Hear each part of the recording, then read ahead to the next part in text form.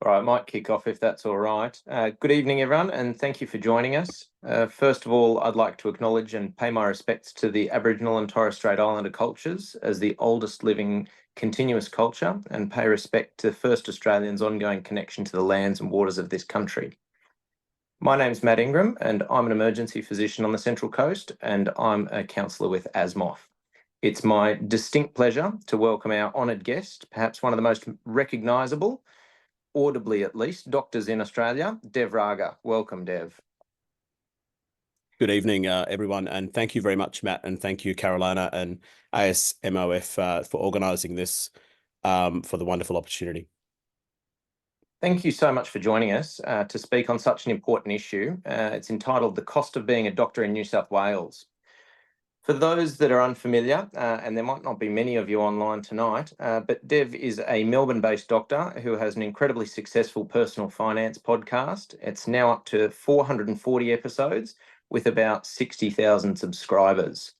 He's previously worked with fellow podcaster Aussie Firebug. He's worked with AMSA, the AMA, RACGP, and last year he was ranked among the best finance podcasters in Australia. His goal is to make money concepts simple for busy professionals, which is certainly something that's appealed to me. I've certainly been a big fan for many years now, and it's quite literally changed my life. I was lucky enough to meet him in person at a conference earlier in the year, and my wife described my behaviour as fangirling, if that gives you an idea what I think about him. So I'd like to take the opportunity to thank you on many levels for the difference that you've made to me and the difference that you've made, I'm sure, to many of my colleagues as well.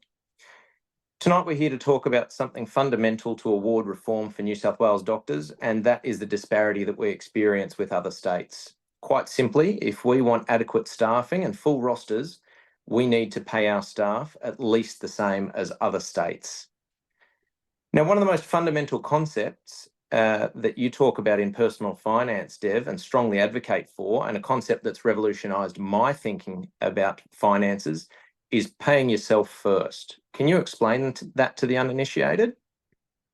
Yeah, so thanks, Matt. Thanks for the opportunity. And of course, we did meet in person, and we had a great time at the conference. It was great. That was down in Thailand. Basically, and hello to everyone. Basically, what pay yourself first means is you've got to make sure that when the money goes into your bank account, and I will show you an example about a slide, which I'll talk about, you got to take a set percentage of that money.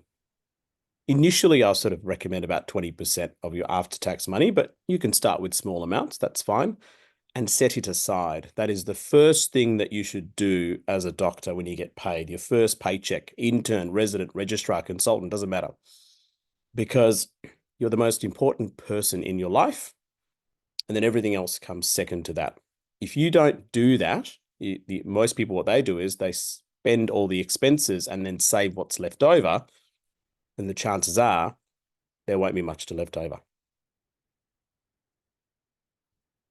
So that's the fundamental concept of what pay yourself is. So what I'll do is I'll have a bit of a chat about some of the basic concepts of finances, Matt, if that's all right, and then we'll get cracking. As Matt said, I actually started this podcast for myself and my family. I actually had no intention of spreading it outside of the closed circles, and it's called Dev Raga Personal Finance. And what happened was it resonated with so many doctors and non-doctors and other professionals, because more of this information should be made more public, more accessible, more transparent. And that's why the podcast has been relatively successful. You can follow me on these various social media. Now, today is not about financial advice. So I'm not a financial advisor. I'm one of you. I'm a clinician. I'm a doctor. And I think that's what makes it even more special, I think, because generally doctors trust other doctors. I'm not here to sell you anything. I don't service products. I don't sell products. So today is not about financial advice. So make sure that you take these concepts back to yourself, learn about them, and go to appropriate advisors. And these are the aims for today. Talk about personal finance, the pay yourself concept, as Matt alluded to, budgets, basic things about budgeting. What is debt versus leverage? This is something a lot of doctors get into traps about. And some of the investment classes that you can invest your hard-earned money. And then we'll get to the crux of this particular presentation. I was actually staggered. Some of the things I learned about New South Wales Health, the pay disparity, the condition disparity, and the salary packaging disparity, all of which, you know, other states may have their own little quirks, but I was quite shocked how behind New South Wales Health was. And I'm in the state of Victoria. Now, we're not perfect, but after preparing for this talk, I'm glad I live and work in Victoria, and I really want New South Wales Health employees, doctors especially, to be treated with fairness. There's nothing radical about getting paid for what you're worth. There's nothing radical about that. Everyone just wants a fair pay for fair work. It's the Australian way. We just want a fair go. Now, in terms of your finances, there's no one correct way. This is just some of the concepts. So find out your way to do it, but make sure you do it. So the number one thing that all of you need to do and reassess your finances, no matter how junior or senior you are, is you need to get rid of this concept that you can out-earn your spending. The number one thing that I see with consultants, especially as they grow to be consultants, once they get their fellowship, is it's okay, income is going to go higher, therefore it's okay. What tends to happen is that the more money you make, expenses pile on as well. So as a result, you have a lot of opportunity costs. What that means is you tend to spend money on things that you probably don't need. And you should be spending that money, hopefully, on things that would make you wealthier, safer, happier. And as a result, if you don't spend that money on those things, you're going to spend it on something else that you probably don't need. And that's the opportunity. That is a cost of you spending that money for a thing that you don't need. And having a systems-based approach to finance, I've found, just like a doctor having a systems-based approach to actually treating patients and diagnoses and investigating, is exactly the same. And you need to focus. And it doesn't take too much of your time, provided you set up your systems and structures. And it's very pleasing when doctors ring me up, message me on Facebook and Twitter saying, hey, I set up my pay yourself, my budgets 10 years ago, and today I'm a net worth millionaire. I got a message like that just last week from a registrar. So what does that mean? It means you've got to take a set percentage of your after-tax income and put it aside. I recommend 20%. You may want to do 50%. You may want to do 10%. The reason I've sort of said 20% is I've sort of realized that anything less than that, you may not be going fast enough, but anything more than that, you may be impairing your quality of life. The most important thing about all this is you got to do it. And you got to do it before you do anything else, before you pay any expenses out. And if your expenses at the moment is more than your income, you got to fix that problem first. And once that problem is gone, you got to repeat this principle over and over and over again. Now, me and the admin team and Matt were just chatting just prior to this webinar. And today for me is payday. In Victoria, I get paid on a Tuesday, so my money gets set aside on a Tuesday. And that money goes to my investment account. And I've automated it. It's all automated in my banking. I don't have to think about it. I don't have to do it manually. It's done. Now, if you have dual income in your family, you may wish to do that for both of your incomes. It's up to you. Now, hopefully you guys have some chat access. I'm going to ask you a very simple question. Supposing you're earning $2,500 a fortnight after tax, and the money arrives into your bank around 7 p.m. on a Tuesday.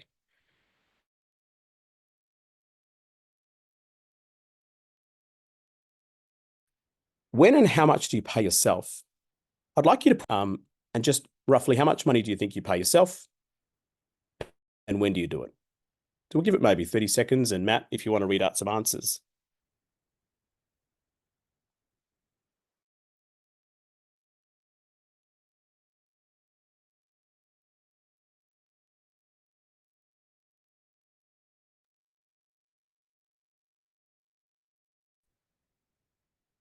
So getting a few coming through now. First one is none. $500 the same day. None. greater than $500 Mhm. every fortnight, $500, $550, $500, $500 on Wednesday, and $500 straight away, $500 that night, $1,000 a month. That's reasonable. You just work out. Perfect. Can you hear me okay now, Matt? Yeah, we've got you there. Perfect. So yeah, it's about $500 as a minimum if you can. 20% of after-tax income, 2,500. 10% is $250. 20% is $500 a fortnight, which means every month they set aside about $1,000 and they put it into their investment account. Now that's the easy answer. It's not really a trick question. This is not the surgical exams or FACEM, OSCEs or anything like that. Nothing trick about this. But here's the trick question, right? Let's say you took $1,000 and you just put it aside. And on average, if you look at most markets around the world, particularly when it comes to the stock market, you're going to get anywhere between sort of 8 and 10%, hopefully over the next sort of 30 to 40 years, which is, if you back test it, that's what's kind of happened over the last 100 years. It's actually been about 12%, right? It's actually been more, but let's be conservative. Let's be 8 to 10%. And you just did that for about 30 years. Now, Matt, I want everyone to put it in the chat box. Now that they know that information, how much money do they think they'll end up with if they just did that? Nothing else. No property, no superannuation, just this.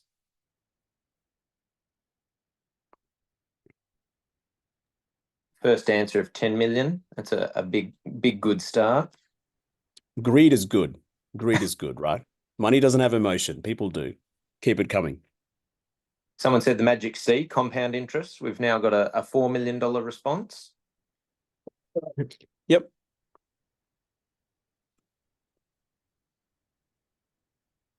I'd have to add some of my own sort of simple maths that you're putting in $360,000 across the 30 years. So really what you need to work out from there is then the interest and the compounding.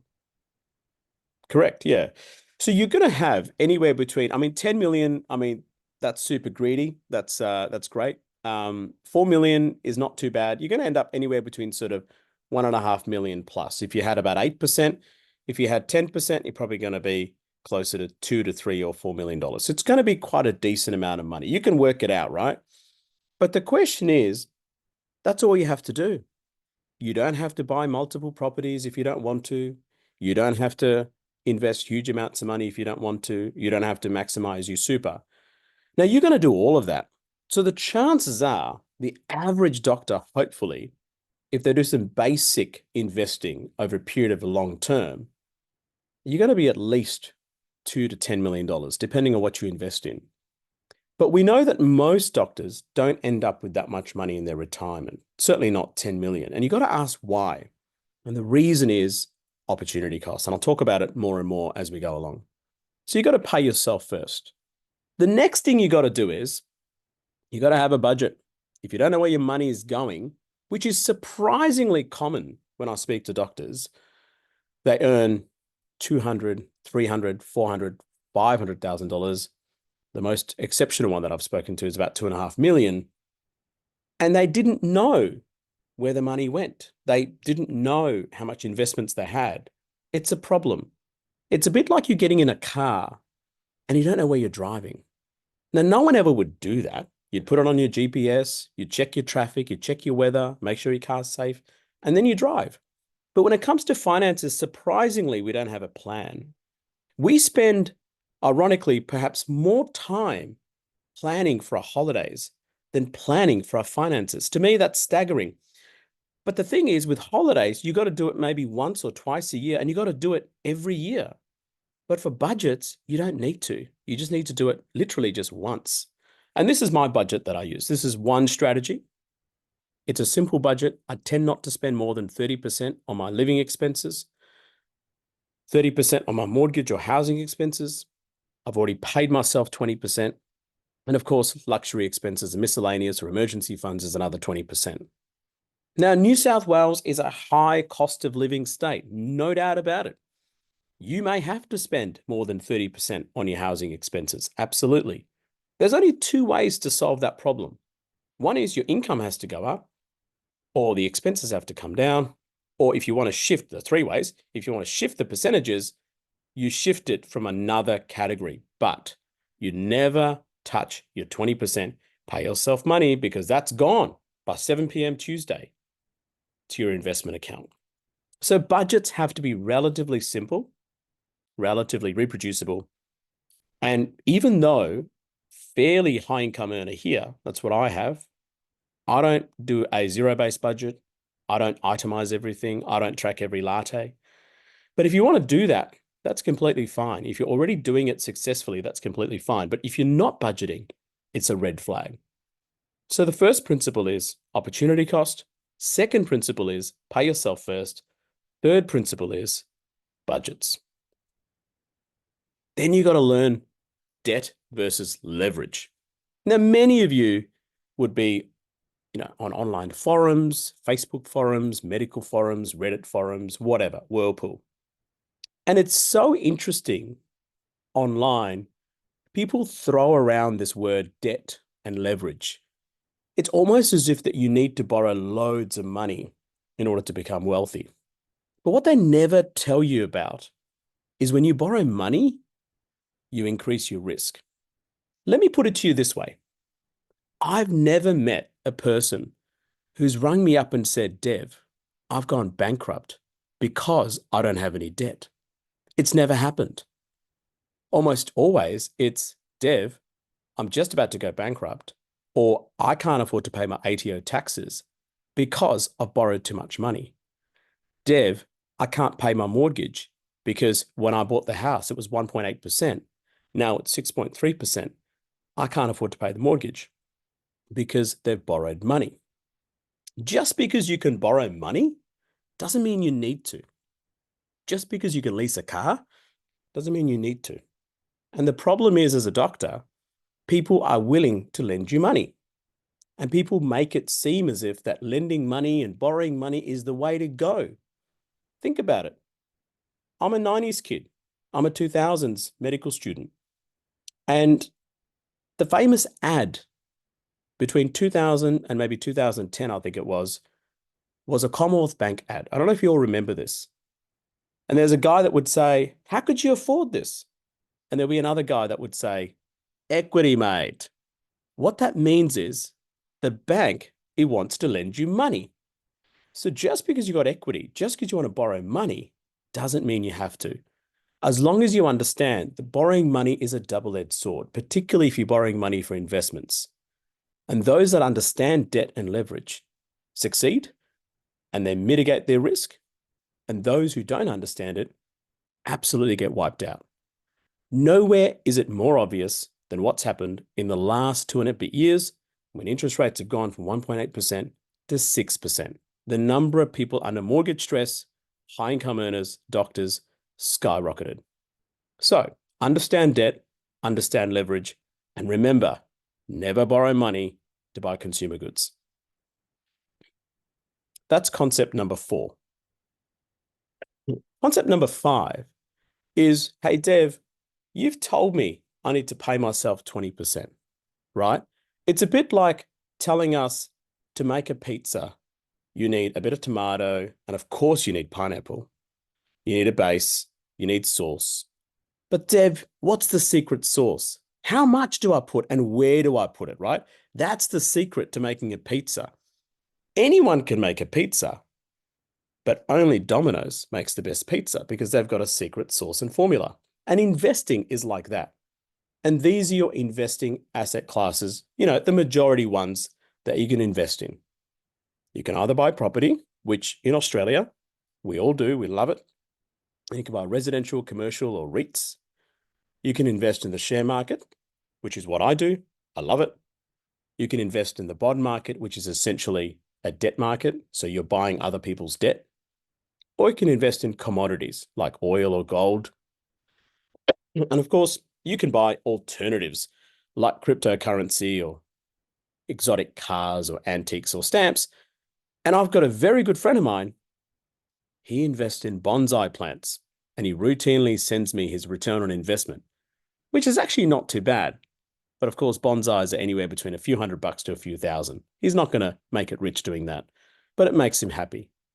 or you can put your money under your mattress or in a term deposit. But the problem is we've all learnt a very important lesson: inflation, which I'll get to, because New South Wales Health has created an inflationary problem and an opportunity cost for your pay. And where you put your 20% or your 30% pay yourself money, you need to figure out three things. You need to figure out what is your expected rate of return. How much money do you want to make? How greedy are you? Remember, the more greedy you are, the more risk you have to take. What is your investment time horizon? My time horizon is forever. Your time horizon might be 5 years or 10 years or 15 years. And of course, the most important question, what is your risk profile? That depends on your age, your dependents, how much risk you're willing to take. Let me put it to you this way. If outside your own home, there was a ticker symbol and that flashed the price of the house every hour, the housing market would be so volatile. And people would say, housing is very risky. That's kind of what they say about the stock market, because every minute, someone's telling you what the price is. So how do you make a market less volatile for you? You got to turn the noise off, turn the TV off, turn the ticker off. Once you develop the three things, rate of return, time horizon, risk profile, you're good to go. And remember, there is no one best investment, a classic mistake a lot of doctors make. Dev, what's the best investment for me? The key word there is for you, for me, for individuals. But always make sure you invest in things you want to understand or you understand. Don't invest in things that you don't understand. I had a doctor that rang me who's a very prolific gastroenterologist. And they said to me, Dev, I really want to open a coffee shop. I said, do you know anything about cocoa beans, coffee, making coffee, running a coffee shop? And they said, no. I said, red flag. If you don't understand it, if you don't want to understand it, and you think other people can just run it for you, you're in for a shock, especially for a coffee shop where the margins are so low that quite often the owner has to work in the coffee shop and cover the roster. But to not invest, inertia, to not take action is a red flag. And that, to me, is the biggest risk for doctors, because you're busy, you're working in a really thriving public sector, but also a very gridlocked public sector. I mean, no secret, New South Wales Health has had a lot of issues. And of course, make sure that you invest and not speculate. And here's a very simple way of looking at it. A speculation is something that people are wondering about what it's going to do in the future. An investment is usually a productive asset. And here's a relatively easy way of diagnosing an investment versus a speculation. By definition, if you buy an investment, it usually, in my humble opinion, does two things. Number one, it rises value over the long term. And number two, during that long term, it has to produce you a dividend or a return or a yield or some sort of income. If you pick an asset class and it only does one or the other, you're vying into the speculative territory. Simple as that. That's not to say that speculation is always bad, but the chances are it's badder compared to actually investing in productive assets. So then I went and looked at the New South Wales Health pay grade. And this is what shocked me. There's and I can't remember, Matt, the actual doctor's name, wonderful doctor who's created this website, which I went to, and I'm sure your members have access to it. It compares the New South Wales pay for junior doctors. Now, I couldn't get the consultant data. This is mainly based on intern to all the way to senior registrar, classified as junior doctor. And I looked at the various pay scales for interns all the way up to various levels of senior registrarship. So we're talking about, 8 to 9 to potentially 10 years in the system. And I was so shocked that New South Wales not only was the worst, hands down, by the way, but how much was it worse by compared to some of the states, including mine, Victoria, which is, not the greatest state in Australia, given the debt crisis we're in, because most Victorian doctors would think their EBA and their health pay is significantly less. And I've been telling my friends, I'm glad I live in Victoria, work for Vic Health, because we get paid so much more. And this is what I found. Generally, for junior doctors, particularly interns, there's no professional development allowance. That's bizarre. We have it here as part of our pay. I'm comparing it to Victoria, and most other states have it. Again, study leave, the lowest in Australia. We have up to 3 weeks study leave in Victoria for our junior doctors in training agreement. That's close to 15 days. Other states have up to 23 business days. Superannuation compared to Queensland, you're lower. Now, Victoria, we're only 11.5, but Queensland is 12.75%. And the next slide will show you why that 1 and a bit percent makes a big difference. And I was so shocked after I spoke to a number of New South Wales doctors when I visited the conference, and I did speak to Matt and I spoke to a lot of people, and there's been no change in conditions, significant changes, over the last 10 years. We have our EBA changes that happen every 4 years in Victoria. Again, I was relatively shocked. And then I looked at the agreement and I went, okay, someone has agreed at some point to have just a 2.5% increase in base wages for the last 10 years. Then I went, oh, okay, that doesn't sound too bad. But what's been inflation up until 2022 was 2.3%. So in real dollars, you got a 0.2% pay rise every year over the last 10 years. But then I did something shocking. Well, not shocking. I thought it was pretty sensible. The statistics only went to 2022, and I said, what about 2023 and 2024? And if you incorporate what's happened up until 2024 financial year, the inflation over the last 12 years has been close to 3.3%. So based on that, in real terms, you guys have been getting a pay cut every single year for the last 10 years. That pay cut is your opportunity cost, because there's one problem with the Dev Raga method. And this is a deficiency, this is a hole in my method, and this is a gap, and I acknowledge it. The Dev Raga method only works if you have money. It turns out if you don't have money and don't earn a decent wage, then the chances of you having to pay yourself first is lower, because you've got other stuff to worry about.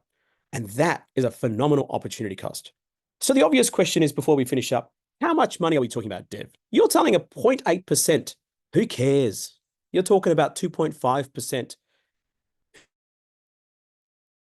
Who cares? You're talking about inflation of 3.3%. Who cares?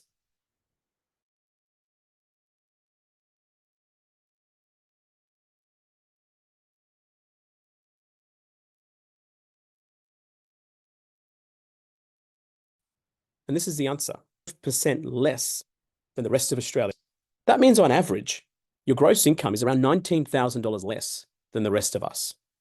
Now, supposing you account for taxes, your opportunity cost, if you took that 19,000 less taxes, so let's say about 10,000, and you invested it over many, many years and had an average return, like I said, of 8% and 0.2% expense ratio, it's worth about $1.18 million. Now, remember, the very first slide, I've already made you a millionaire because you're already doing $1,000, plus you're losing this. So that's really worth about 2 and a bit million. Okay, if you're a resident, it's worth about 1.4 million. If you're a registrar, a mid-level registrar, it's worth about 1.5 million. And if you're a senior registrar, it's worth a staggering 2.3 million. And if you're a consultant, I couldn't find the figures, but you can do your math. You'll be worth a lot of money. So here's my selling point to you, New South Wales doctors. The aim of the game is to translate your income into long-term wealth, and we'll finish up with this slide. The problem you're facing is you're getting substantially paid lower than the rest of Australia. And the Dev Raga method, there's one flaw. Remember, you need the money. If you're not getting paid the money, you're less likely to be able to invest it. So my deal to you is this, and I'm New South Wales Health. How about I pay you the lowest in the country? I'll give you the lowest entitlements. I'll allow New South Wales Health to steal 50% of your salary packaging benefits. An insanity. A couple of my mates almost fell over when they heard that in Victoria. I'm going to make you live in the highest cost of living state in Australia. I'm going to let inflation eat away at your purchasing power. And over time, potentially, I'm going to steal more than $2.5 to $3.5 million from you in your lifetime. Now, New South Wales doctors listening in, would you take that deal?